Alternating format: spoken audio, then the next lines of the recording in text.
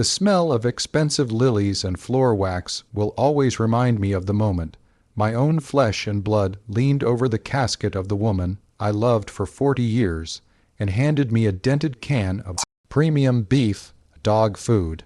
My son, the boy I raised, the man I put through Ivy League law school, didn't even look me in the eye when he whispered, "This is what freeloaders eat, old man. Get used to the taste, because you aren't getting another cent from this estate." I sat there in the front row of the funeral home, my wife Martha's cold hand still fresh in my memory from when I said my final goodbye, clutching a can of Alpo while our friends and family watched. From the pews, he thought he had won. He thought that because Martha handled the finances in her final years, he had successfully stripped me of my dignity, my home, and my future. But I want to ask you all something before I tell you how I turned his world upside down. Was I wrong for letting him believe he'd destroyed me just so I could catch him in the ultimate act of betrayal? Tell me, would you have stayed quiet in that chapel? Or would you have thrown that can right back at his smug, entitled face? I need to know if I went too far, because what I did next didn't just take away his inheritance. It took away his entire life. To understand how a son could treat his father like an animal at his mother's memorial, you have to understand the family dynamic Martha and I built. Martha was the fire, I was the hearth. I worked as a structural engineer for 35 years, making a very comfortable living, but Martha was the one with the head for investments. She came from a bit of money, and over the decades, she turned our savings into a small empire of real estate and stocks. Our son, Kevin, grew up with the best of everything: private tutors, European vacations, and a sense of entitlement that I mistakenly labeled as ambition. When he graduated from law school, I thought he was ready to take on the world. Instead, he started looking at us, and specifically Martha's growing portfolio, as his personal retirement fund. He married a woman named Vanessa who was, if possible, even more obsessed with status than he was. For the last 5 years, every Sunday dinner was a televised pitch for why we should downsize and move into a managed care facility so they could help us manage the estate. Martha always laughed it off, telling them she wasn't ready to be put out to pasture. But then Martha got sick. It was fast, aggressive, and it broke me. While I spent my days at the hospital holding her hand and reading her favorite poetry, Kevin and Vanessa were at our house, organizing her office. I was too blinded by grief to see that they weren't cleaning. They were hunting.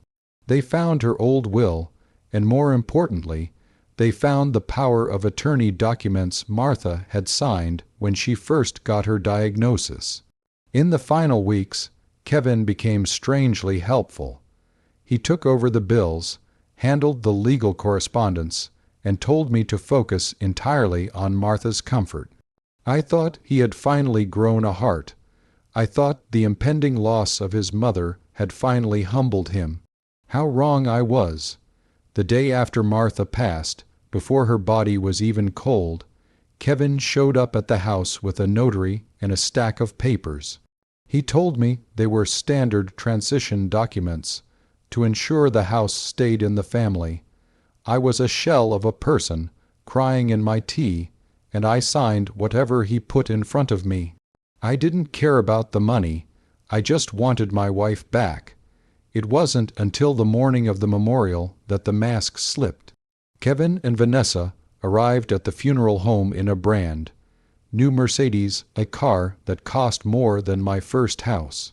When I asked him where he got the money for such a thing, he just smirked.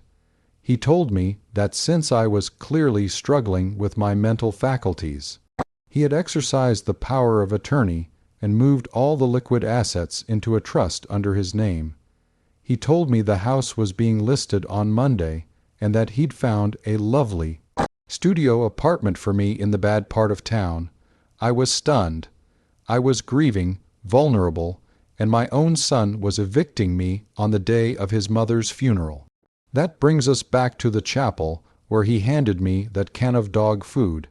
He told me that since I hadn't contributed to the family wealth in years, I was essentially a stray that Martha had kept around out of pity. I sat through the rest of that service in a trance, the weight of the dog food can in my coat pocket feeling like a lead weight.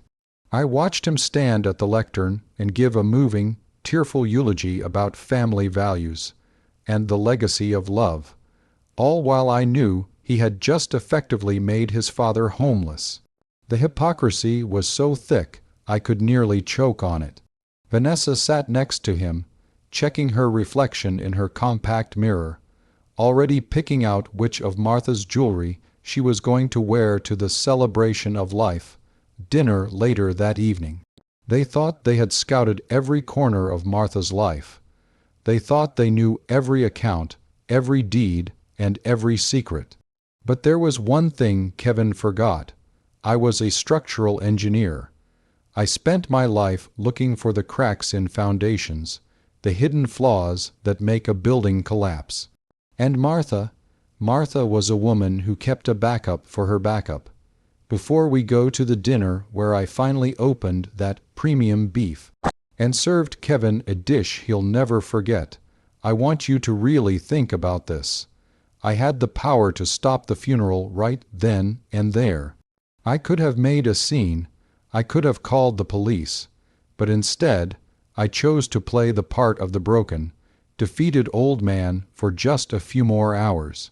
I wanted him to feel absolutely invincible. I wanted him to commit so fully to his villainy that there would be no way for him to crawl back. So I'm asking you again, if your child handed you dog food while you were mourning your spouse, would you wait for the perfect moment of revenge, or would you snap? Pause the video right now, go to the comments, and tell me if you think I was being patient or just plain weak. I'm reading every single one of those comments, because I still wonder if my cold-blooded silence that day made me just as bad as him. The celebration of life was held at a high-end steakhouse Martha used to love. Kevin had invited all of Martha's wealthy associates, her bridge club, and our old neighbors. He was playing the role of the grieving, successful son to perfection, shaking hands and accepting condolences. I arrived late, still in my rumpled suit, looking every bit the freeloader he claimed I was. I waited until the main course was served, expensive fillets and vintage wine, and then I stood up. I tapped my glass with a spoon. The room went quiet. Kevin looked at me with a warning glare, his hand tightening around his wine glass. I reached into my pocket and pulled out the can of dog food. I set it right in the center of the table, next to his $100 steak. "My son gave me this today," I said, my voice steady and loud enough for every table to hear. "He told me it's what freeloaders eat. He told me that now that Martha is gone, I'm no longer part of this state he's worked so hard to steal." A gasp ran through the room. Vanessa turned bright red, hissing at me to sit down. Kevin tried to play it off as a joke, telling the guests I was confused and suffering from dementia-related aggression. But I wasn't finished. I pulled a small, leather-bound ledger from my inner pocket. "You see, Kevin," I said, leaning in so the people at the next table could hear, "you spent so much time looking through your mother's office for the power of attorney. You forgot to look in the safe deposit box she told me about 20 years ago, the one titled In Case of Greed." I opened the ledger. It wasn't just a list of assets. It was a diary Martha had kept for the last 3 years. She wasn't as oblivious as she seemed. She had documented every time Kevin stole from the petty cash, every time he forged a signature on a small check, and every conversation she'd overheard where he and Vanessa talked about waiting for the old birds to drop. But the real kicker, the transition documents I signed that morning, I hadn't signed my name. I had signed invalid entry. I'm an engineer, Kevin. I know how to make a signature look real while leaving a fatal flaw. More importantly, the house and the primary investment accounts weren't in Martha's name alone. We had set them up as a life estate, with a remainder interest. That bypassed him entirely if he ever attempted to contest the will or exercise power of attorney prematurely. But I didn't stop at just keeping the house. I had called the police an hour before the dinner.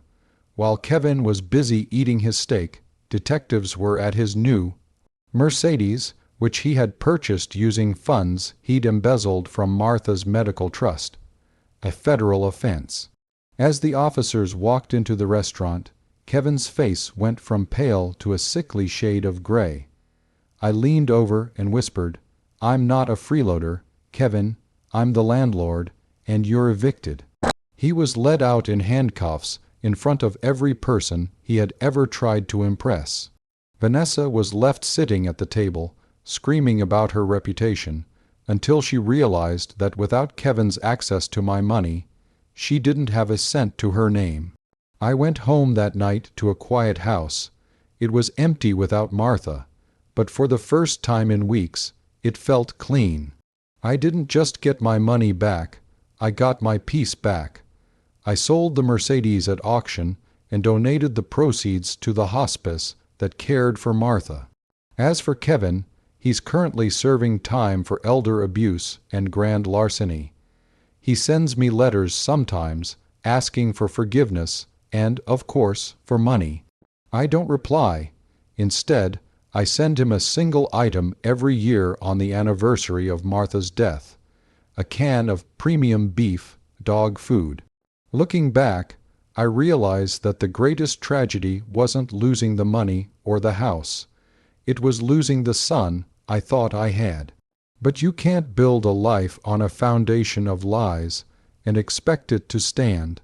I had to let him show his true colors so that there would be no doubt in the eyes of the law or our community about who he really was. He thought he was playing a game of checkers, but he forgot his father was the one who designed the board. I hope this story serves as a reminder to cherish the people who truly love you and to never let anyone, even your own blood, treat you like you're disposable. If you think Kevin got exactly what he deserved, make sure to like this video. It helps me know I'm not alone in my decision. Subscribe to the channel for more stories of justice and family drama, and please, head to the comments and share your final thoughts on this whole mess. Do you think a father should ever cut off his son completely? Or is blood always thicker than water? I'll see you all in the next story.